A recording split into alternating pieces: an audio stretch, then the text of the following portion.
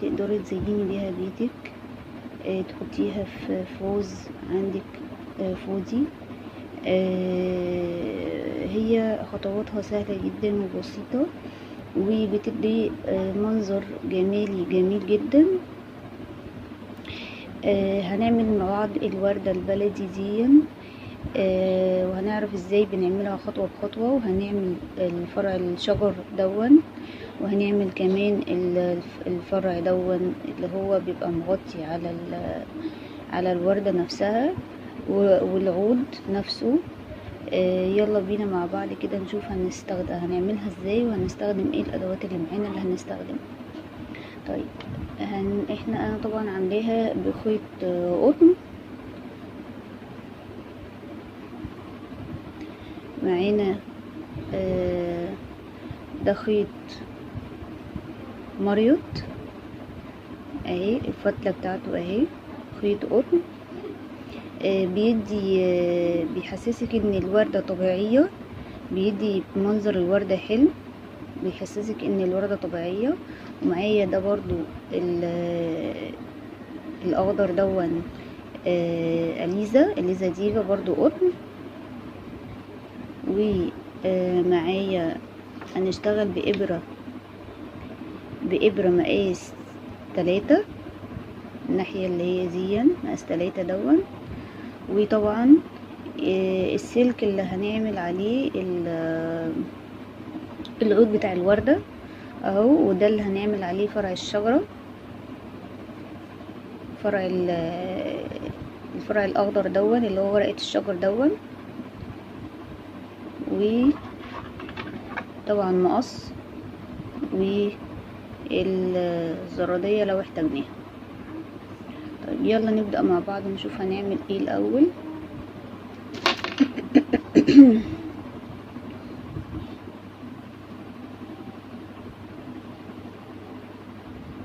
احنا هنعمل الاول مع بعض الوردة نفسها دي. هنبتدي هنعمل عدد من السلاسل يوصل ل 38 سلسلة، يكون عدد زوجي اهي كده.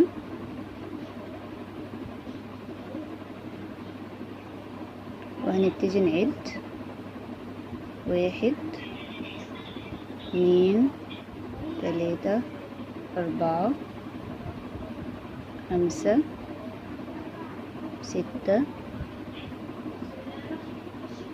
7 8 9 10. هنوصل للعدد اللي قلنا عليه 38 سلسلة، ونرجع تاني نشوف الخطوة اللي بعد كده ايه. اهو احنا كده عملنا 38 سلسلة. طيب هنعمل بعد كده، هنسيب اول غرزة وتاني غرزة، وهنخش من اول تالت غرزة، اول تالت سلسلة، وهنلف لفة على الابرة، وهندخل في تالت سلسلة ونعمل غرزة نص عمود. تاني هنخش في السلسلة اللي بعدها كده ونعمل غرزة نص عمود. تاني كده اهو نص عمود.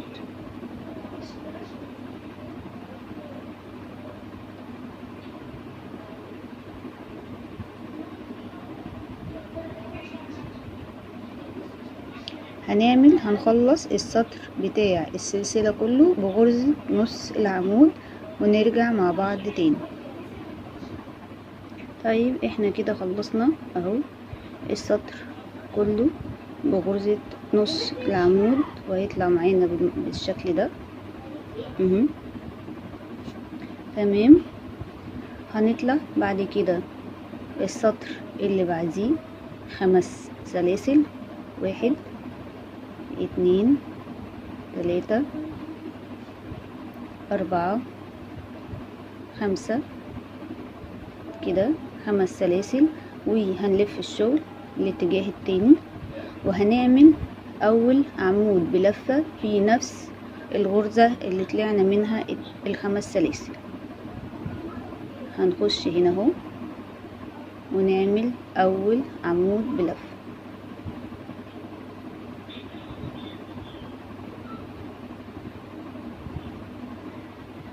هنا الخمس سلاسل دول 3 سلاسل ارتفاع وسلسلتين هيبقوا فراغ بين اول عمود، وده نعتبره عمود برضو، يعني ده اول عمود وسلسلتين وبعد كده ده تاني عمود. طيب هنعمل سلسلة وهنعد من تحت سلسلتين، ادي 1 2 ونخش في التالتة نعمل عمود بلفة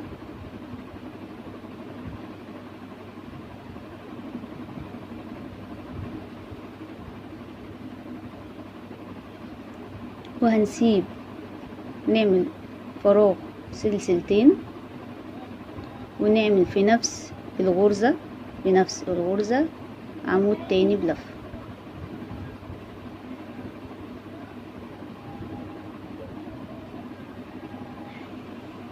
كده اهو. هيدينا الشكل ده هنا كده. ادي اول ده اللي هنعمل فيه البتلة بتاعة الوردة اللي هي هتدينا الشكل ده. ادي اول واحدة وهنا فراغ، ودي تاني واحدة. تاني نعمل واحدة تاني مع بعض، بنسيب نعمل سلسلة ونعد. ادي غرزة، ادي 1 2 ونخش في التالتة، 1 2 ونخش في التالتة ونعمل عمود ونعمل بينهم 2 سلسلة ونعمل في نفس الغرزة عمود تاني بالشكل ده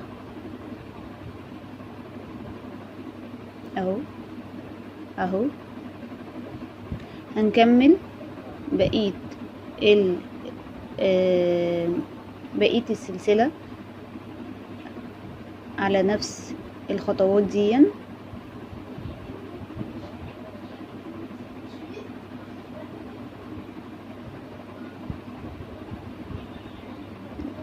ناخد سلسلة ونعد، ادي 1 2 ونخش في التالتة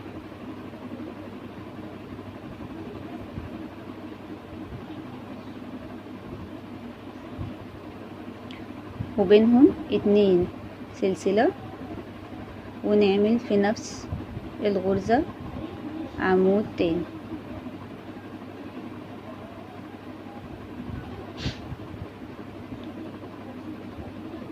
وناخد سلسلة ونعد، ادي 1 2 ونخش في التالتة ونعمل عمود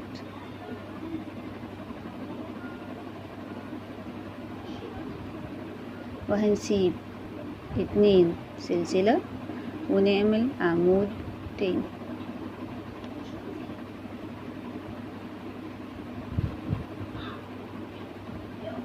اهو. هيدينا الشكل ده. هنخلص لنهاية الشغل ونرجع تاني مع بعض نشوف الخطوة اللي بعد كده. ورجعنا تاني مع بعض كده، قربنا نخلص اهو لنهاية الشغل. هيطلع معانا الشكل ده. هنا اخر سلسلتين هنعمل اخر بتلة في السلسلتين اللي احنا كنا سايبينهم في الاول خالص، اللي هما اللي احنا ارتفعنا منهم السطر التاني. نعمل سلسلة ونعمل هنا، هنخش كده وهنعمل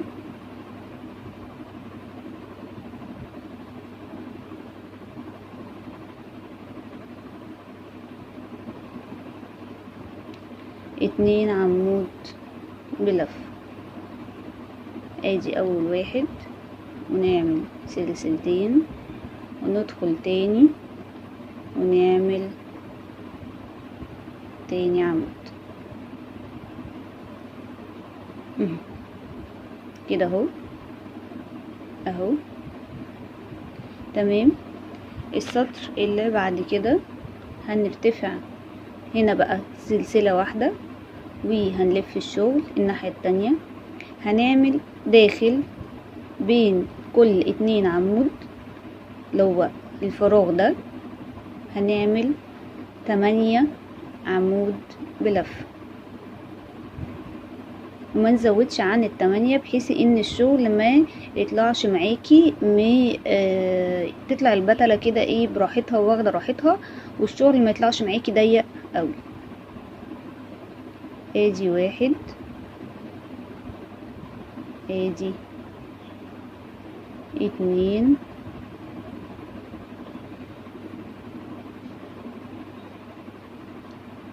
3 4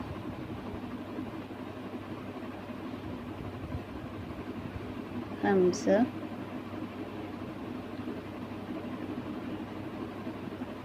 6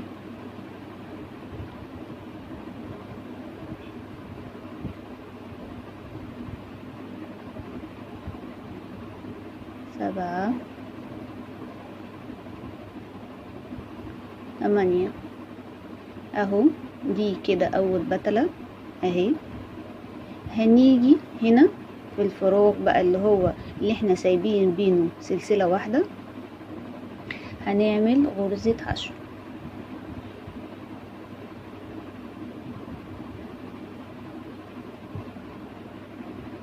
بالشكل ده. نعمل واحدة كمان. ادي اول عمود،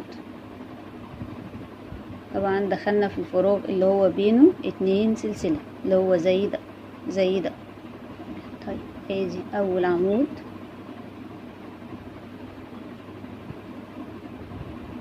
ادي تاني عمود، 3 4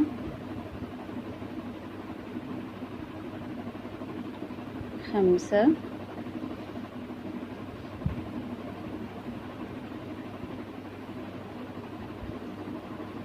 6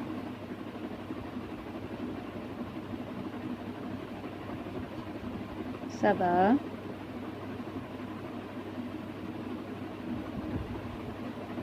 8 اهو. هيبقى عندنا هيدينا الشكل ده بالشكل ده. طيب نخش في الغرزة اللي بعديها. هنعمل هنا غرزة حشو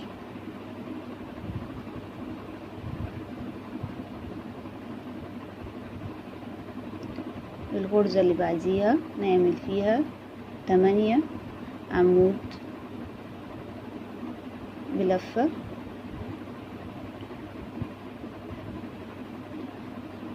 2 3 4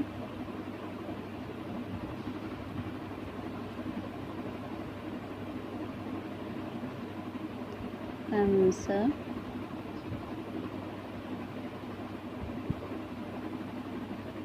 6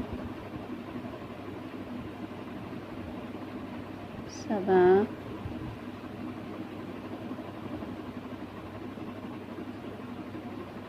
8 ونعمل هنا غرزة حشو اهو. هيبقى عندنا الشكل ده. هنخلص بقية القطعة لنهاية الشغل ونرجع تاني مع بعض. كده خلصنا كل البتلات اهي. هتدي معانا الشكل ده اهون. طبعا نبتدي ان احنا نفرد البتلة كده، هو نفرد شغلنا عشان لما نيجي نلفها يبقى الشغل معانا مفروض. هنيجي هنا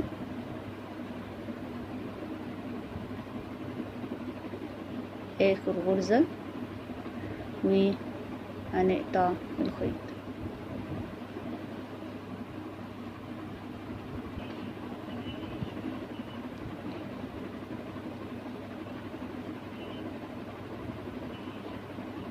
هنقص الخيط من هنا وهنيجي هنا اهي الغرزة ندخلها دي هنا كده، ونقوم مدخلين دي هنا كده اهي تاني اهي، عشان الخيط ما يفلتش مننا في تقفيل الشغل. هندخل دي هنا نطلعها كده، ونقوم واخدينها مدخلينها هنا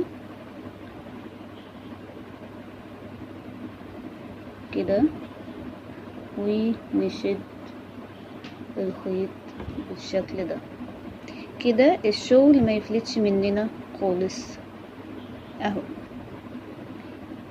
حتى لما نقص طرف الخيط من هنا كده اهو مش هيفلت مننا خالص، مش هيتفك. الجزئية دي مش هتتفك. طبعا احنا هندخل الجزئية دي واحنا بنلف الشغل بتاعنا كده اهو، فمش هتبقى باينة يعني. تمام، نخش نعمل الجزئية اللي بعد كده. احنا خلصنا كده الوردة اللي هي الجزئية دي الحمراء. نعمل الجزئية بقى اللي هي من تحت زين، اللي هي في قلب الوردة اللي هي زين. نشوف هنعملها ازاي دلوقتي.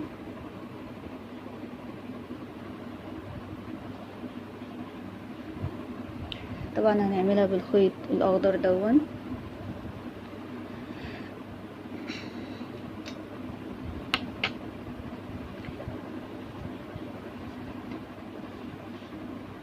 اول حاجة هنعمل دايرة سحرية كده، هنلف الخيط كده، طرف الخيط اهو هنلفه كده اهو، ونطلع بيه اكس تبقى من تحت اهي، ثواني اهي كده هتبقى اكس كده، ونطلع بيها هنا كده اهو، وناخد ندخل الابرة من الخيط اول خيط، ونشد تاني خيط كده اهو.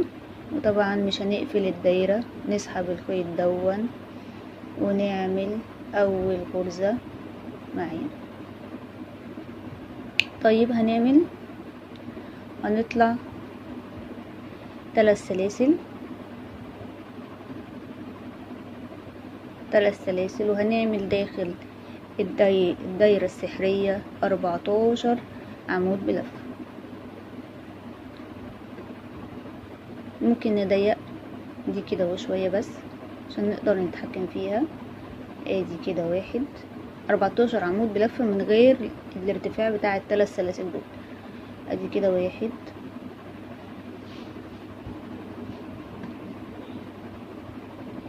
ادي 2،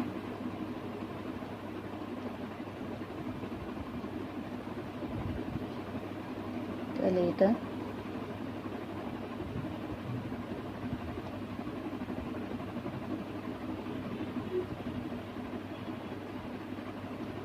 4،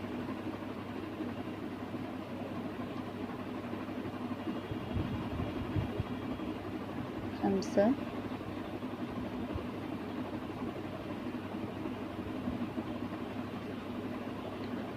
6،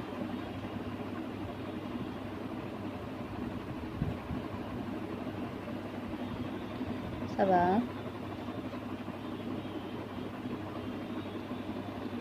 8. طيب هنخلص ال14 عمود بلفة ونرجع تاني مع بعض اهو كده. عملنا 14 عمود بلفة. هنقفل الدايرة، نشد الخيط على الاخر اهي، هنشد الخيط ده بالطريقة دي، ونيجي نعمل منزلقة مش في ال3 سلاسل، في اول غرزة عمود بلف.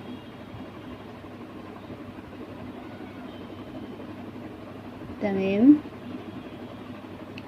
هنطلع 8 سلاسل، 1 2 3 4 5 6 7 8.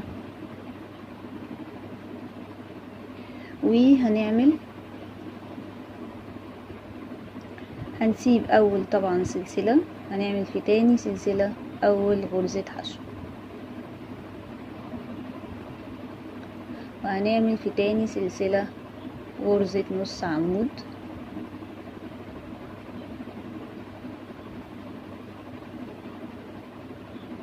تالت سلسلة غرزة عمود بلفة،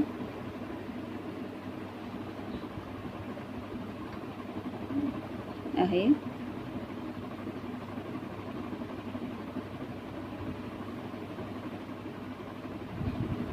ورابع عمود برضو غرزة عمود بلفة اهو،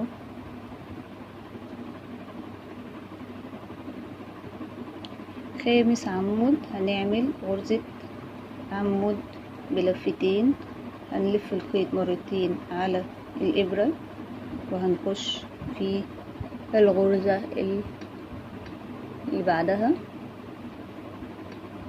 اهي، ونطلع من 2 ونلف ونطلع من 2 ونلف ونطلع من 2. هتبقى بالشكل دون. ويجي في الغرزة اللي بعدها برضو عمود بلفتين كده اهو، هنخش هنا اهو، ونلف ونطلع من 2 ونلف ونطلع من 2 ونلف ونطلع من 2. وفي الغرزة اللي بعدها برضو غرزة عمود بلفتين بالطريقة دي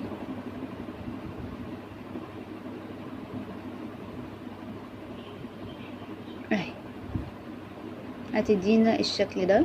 هنسيب هنا، هنعد من تحت هنا، ادي هنسيب الغرزة اللي احنا طالعين منها بالسلاسل، هنعد اللي بعدها ادي 1 2، وهنخش هنا ونعمل منزلقة في سلسلة رقم 3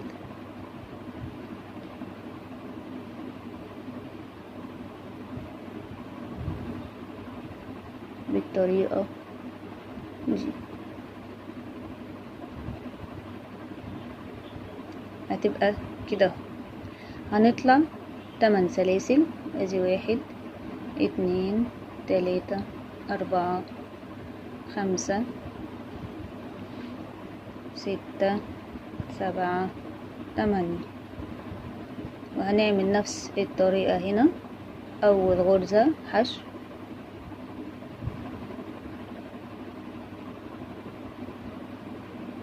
تاني غرزة نص عمود،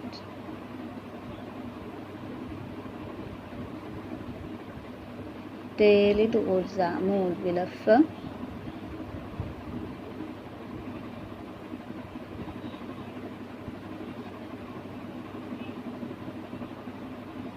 ورابع غرزة برضو عمود بلفة،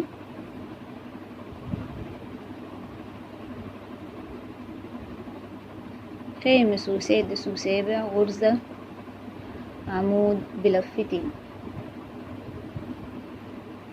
ده الخامس،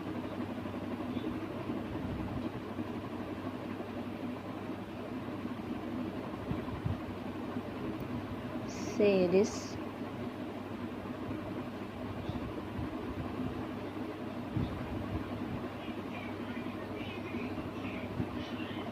وده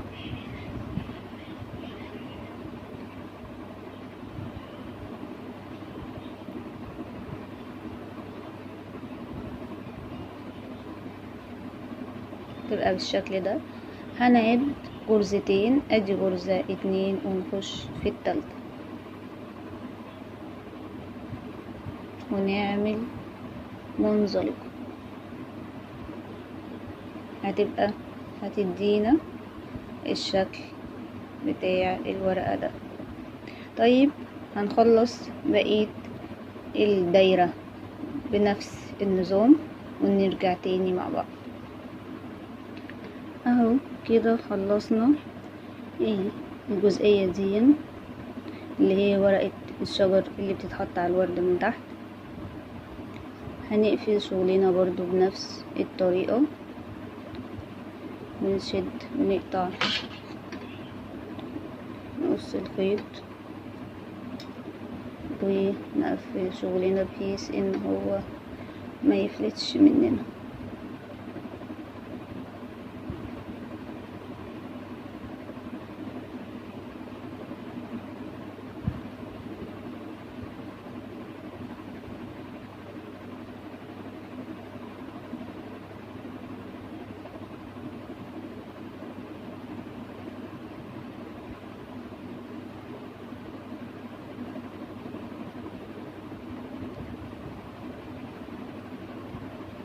ونقص الزيادة بالطريقة دي. طبعا ده كده هندريه في الشغل من هنا كده لما يتحط على الوردة من تحت. هنا دون هندريه ده، هنخش كده ونسحب الخيط بالطريقة دي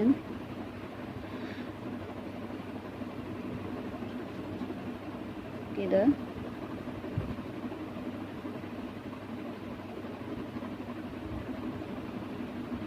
اهي كده.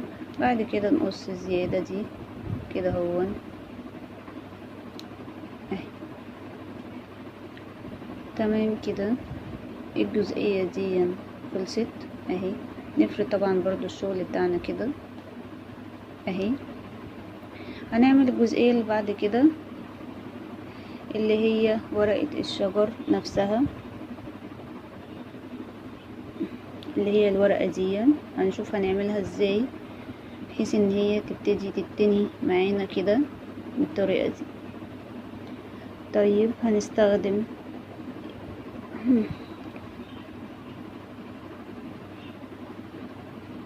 هنجيب برضو الخيط الاخضر وهنجيب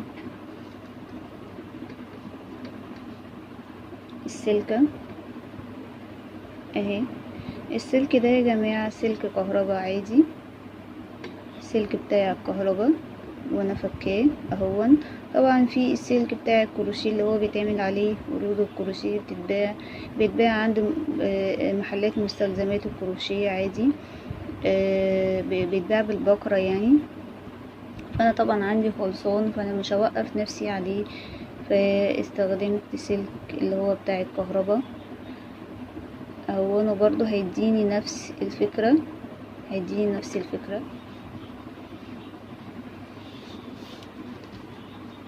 طيب هنبتدي نعمل ورقة الشجر ازاي. هنعمل الاول عدد من السلاسل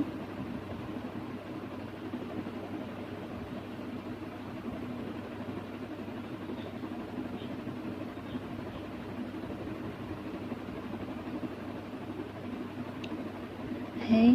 هنعمل عدد من السلاسل، هنعمل 10 سلاسل. ادي 1 2 3 4 5 6 7 8 9 10. تمام. هنيجي نجيب السلك ونحطه من تحت الخيط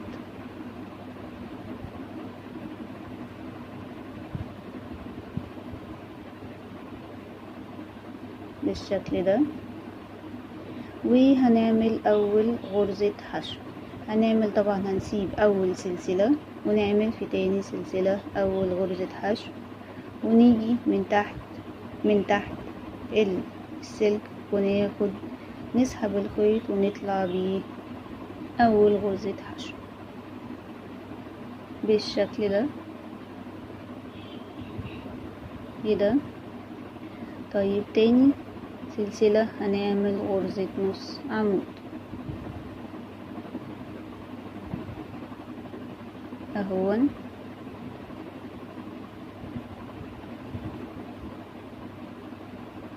بعد كده هنعمل غرزة عمود بلفة،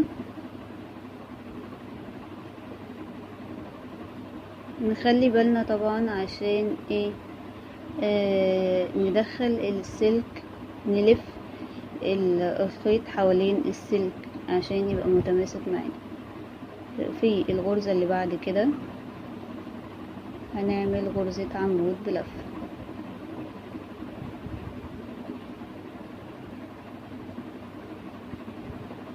والغرزة اللي بعديها برضو غرزة عمود بلفة.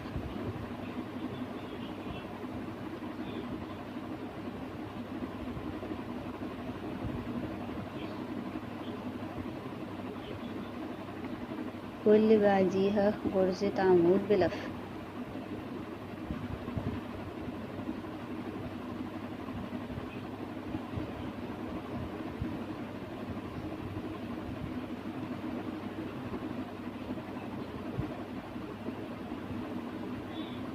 واللي بعديها برضو عمود بلفة.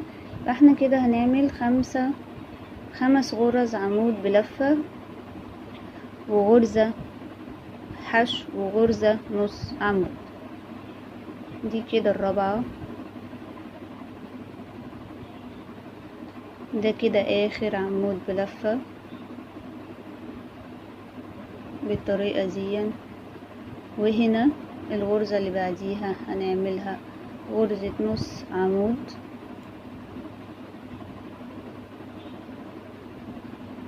واخر غرزة هنعملها غرزة حشو.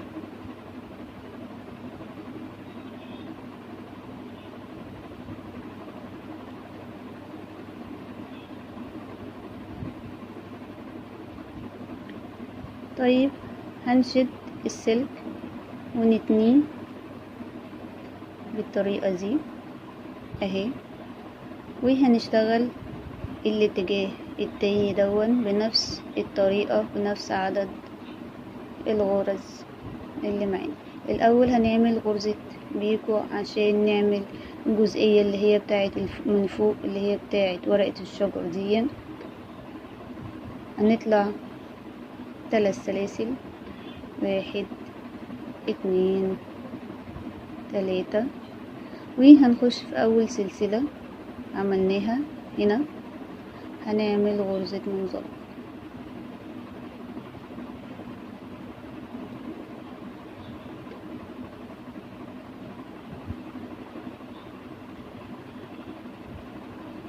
تمام، هتبان معانا في الشغل في الاخر. نحاول طبعا نداري الخيط اللي هو نداريه في الشغل.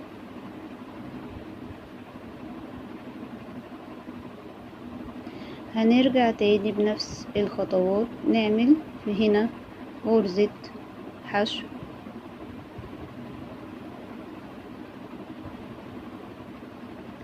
بعد كده غرزة نص عمود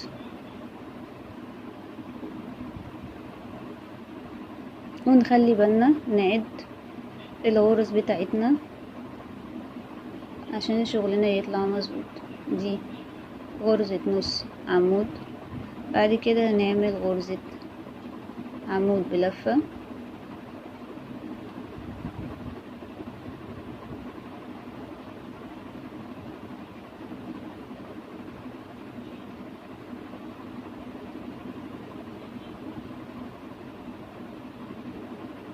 طبعا في الاول المبتدئات هيحسوا ان الموضوع بالنسبة لهم الشغل على السلك صعب شوية، بس مع التكرار ايديهم هتتعود وهيبقى بالنسبة لهم سهل. دي اول عمود بلفة،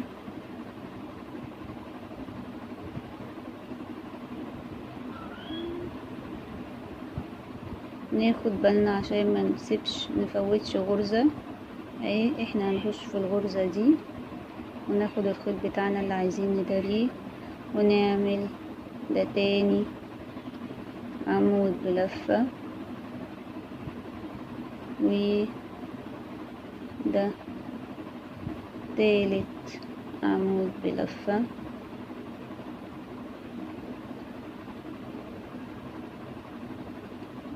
وهنا رابع عمود بلفة،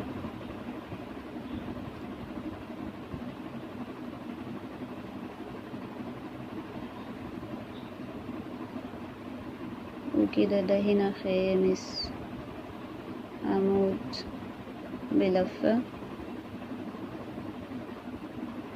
بعد كده هنعمل نص عمود هنا، ده كده نص عمود، وبعد كده هنعمل غرزة اخر غرزة اللي هي غرزة الحشو.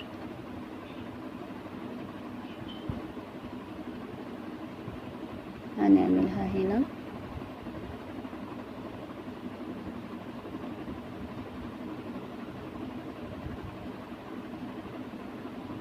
بالشكل ده. طيب اهو الخيط الدايرة معانا من ورا، ثانية واحدة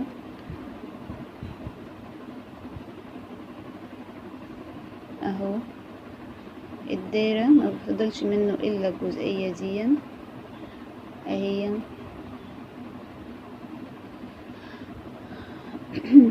هنلف الخيط بتاعنا دون اللي احنا بنشتغل بيه، هنلفه كده هو من تحت السلك وننزل ده من تحت كده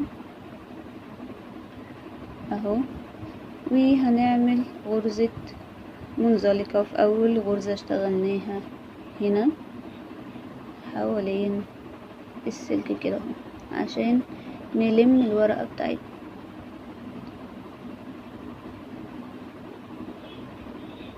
اهي. نخش تاني هنا ونطلع كده، احنا ناخد بالنا بقى لان شغل الحاجات الرفيعة دي يعني ممكن الخيط يفلت منك اهو. ونقوم طالعين هنا بحيث ان احنا نقفلها كده على السلك، ونعمل طبعا غرزة تثبيت كده، ونشد بقى حتة فتلة حلوة كده اهي، ونقص الخيط بتاعنا من هنا كده اهو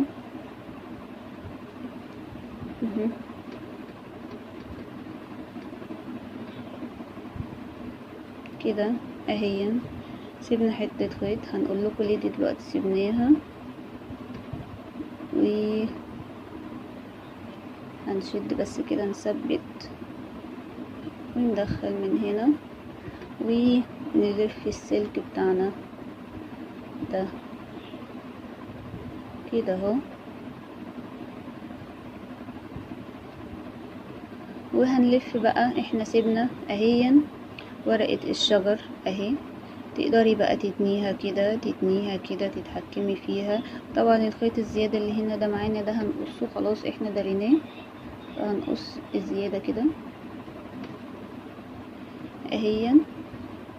ده بقى هنلفه على السلك هنا بالشكل ده عشان نداري السلك ده.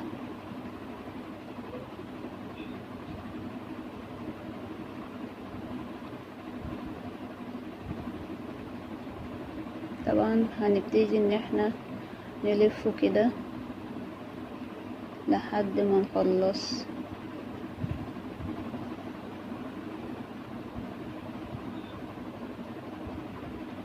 نداري السلك كله بالخيط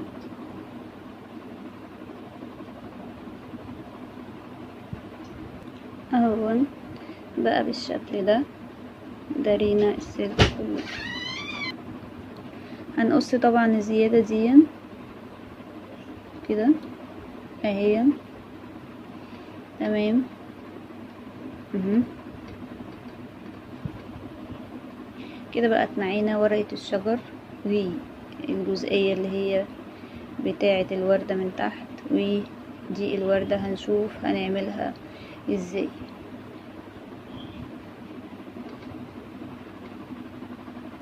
طيب احنا هنا بعد كده هنعمل بقى الوردة دي.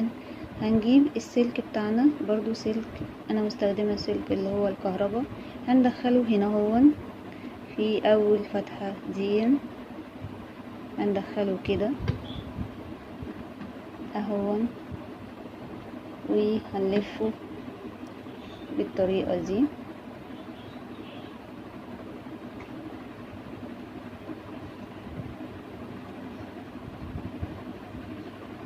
كده، وهنبتدي ان احنا نلف الوردة بتاعتنا. طبعا هنداري دي زي ما قلنا، هنلف الوردة بتاعتنا كده هون اهيا.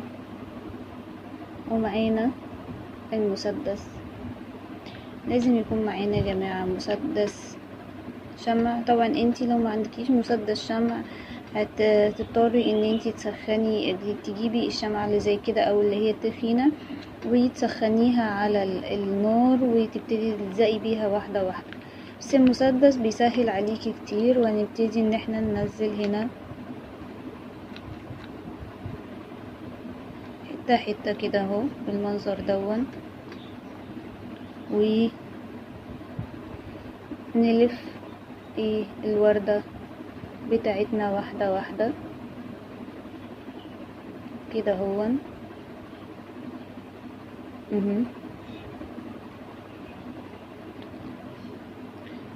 هنبتدي نلف طبعا ونخلص الوردة كلها على الجزئية دي. نحط هنا شمع ونلف ونرجع تاني مع بعض اهو كده لفينا الوردة. هنيجي في الجزئية دي ونثبتها برضو بالشكل ده. نحط هنا حاجة بسيطة خالص كده من الشمع ونثبتها هنا كده اهو بالطريقة دي اهيا. بقى عندنا الوردة بالشكل ده. احنا بقى نظبط الورق بتاعها كده هو زي ما انت عايزة وحبة كده هو. ممكن تلميهم على بعض كده اهيا مع طبعا مجموعة ورود تانية زيها هتديكي الشكل اللي احنا شايفينه مع بعض دون. هنا هنبتدي نلف السلك بتاعنا كده اهو عشان نلف عليه الخيط. هنلف الخيط الاخضر على العود اللي هو السلك، هنبتدي نحطه دي هنا اهو كده اهون ونبتدي نلف بالشكل دون. نحاول ان احنا نداري السلك بتاعنا كله اهون.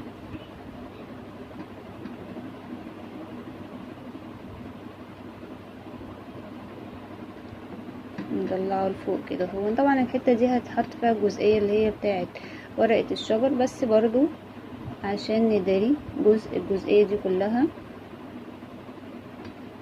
هنجيب مسدس الشمع ونثبت الخيط بتاعنا هنا كده اهو ونلف عليه برضو اهون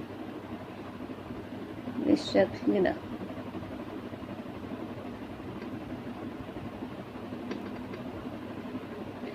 طيب تمام، هنخلص هلف على العود كله ونرجع تاني مع بعض. احنا هنعمل الاول قبل ما نلف، معلش انا نسيت اقول لكم ان احنا مفروض ندخل دي الاول، عشان طبعا لما نيجي نلف الخيط الاخضر على العود هنلف هناخد ورقة الشجر معاها ونحطها كده هون ونلف عليها خيط. فاحنا الاول هندخل دي الاول قبل ما نلف الخيط، هندخلها بالشكل دون كده هون، وهنثبتها هنا بالشمع.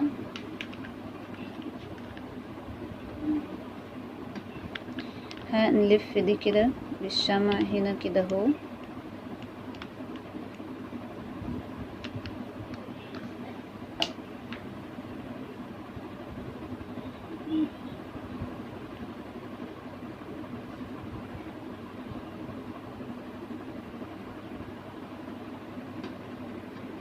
اهي ونثبتها كده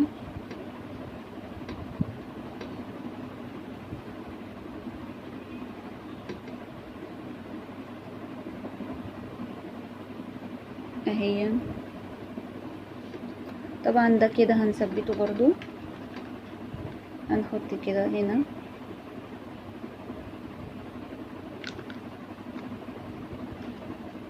ونثبت كده.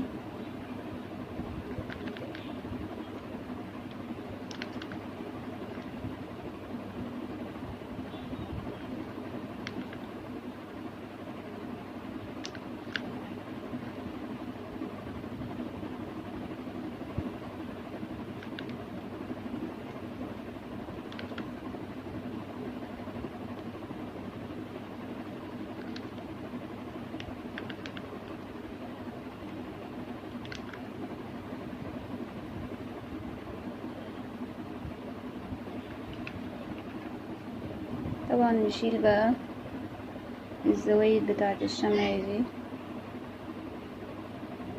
كده اهي اهي، ثبتناها كده بالشكل ده. هنا بقى هنبتدي ان احنا نثبت نلف العود بتاعنا بالخيط الاخضر اهو. هنحط هنا جزئية من الشمع، جزئية بسيطة، ونلف الخيط بتاعنا عليه.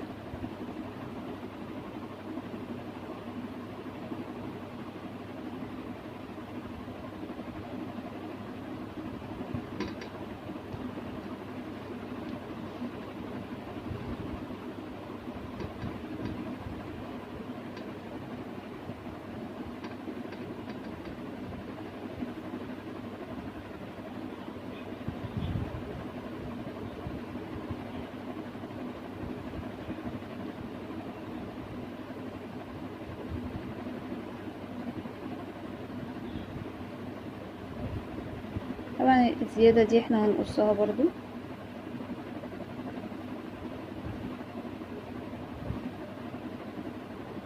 كده. هنخلص العود كله، لما نيجي عند جزئية الورقة هقول لكم هنعملها ازاي. هنا هنبتدي ان احنا نثبت ورقة الشجر هنا، هنمسكها كده هون، وهنبتدي نلف على السلكتين بالطريقة دي اهون، بحيث ان احنا نثبت الاتنين مع بعض كده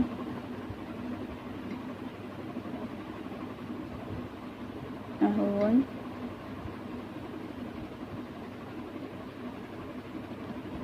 ونحاول برضو بقدر الامكان ان احنا طبعا السلك بتاع الورد اللي هو المخصوص بتاع الورد ما بيبقاش فيه المجهود دون، لان هو اصلا السلك بيجيلنا عود اخضر. زي ما انتي تحبي بقى، حابة ان انتي تلفي عليه خيط او تسيبيه زي ما هو عود اخضر، بس بتيجي برضو في الجزئية بتاعت الورقة دي بتضطر ان انتي تلفي خيط عشان تثبتيها كده هون. هنبتدي بقى هخلص بقى الجزئية دي كلها بالخيط، ونرجع نشوف الشكل النهائي بتاعنا اهون كده. هنكون خلصنا الوردة بتاعت النهاردة، وده الشكل النهائي بتاعنا اهيا اهيا. وخلصنا، وطبعا ثبتنا من الاخر هنا بالشمع، وده كده شكل الوردة النهائي. يا رب تكون اكون قدرت اوصل لكم طريقة عمل الوردة البلدي، واكون قدرت افيدكم، ويكون الفيديو خفيف وسهل عليكم، وبإذن الله تنفذوها وتنفذوا احسن منها كمان. كل اللي عنده سؤال، اي حد عنده سؤال يعني ممكن يبعتلي في التعليقات، هرد عليكم مباشرة بإذن الله. اي حد هيكون عنده سؤال هرد عليه. يا رب اكون قدرت افيدكم واكون خفيفة عليكم في الفيديو دون، واستنوني في فيديو جديد وطريقة عمل وردة جديدة. بقول لكم السلام عليكم ورحمة الله وبركاته. ما تنسوش بقى تشتركوا في القناة وتفعلوا زر الجرس وتعملوا لي لايك عشان الفيديو يترفع بيكم ونقدر نفيد، يوصل لناس كتير ويستفادوا منه، لكل اللي حابب عمل الكروشيه والاعمال الهاند ميد. والسلام عليكم ورحمة الله وبركاته.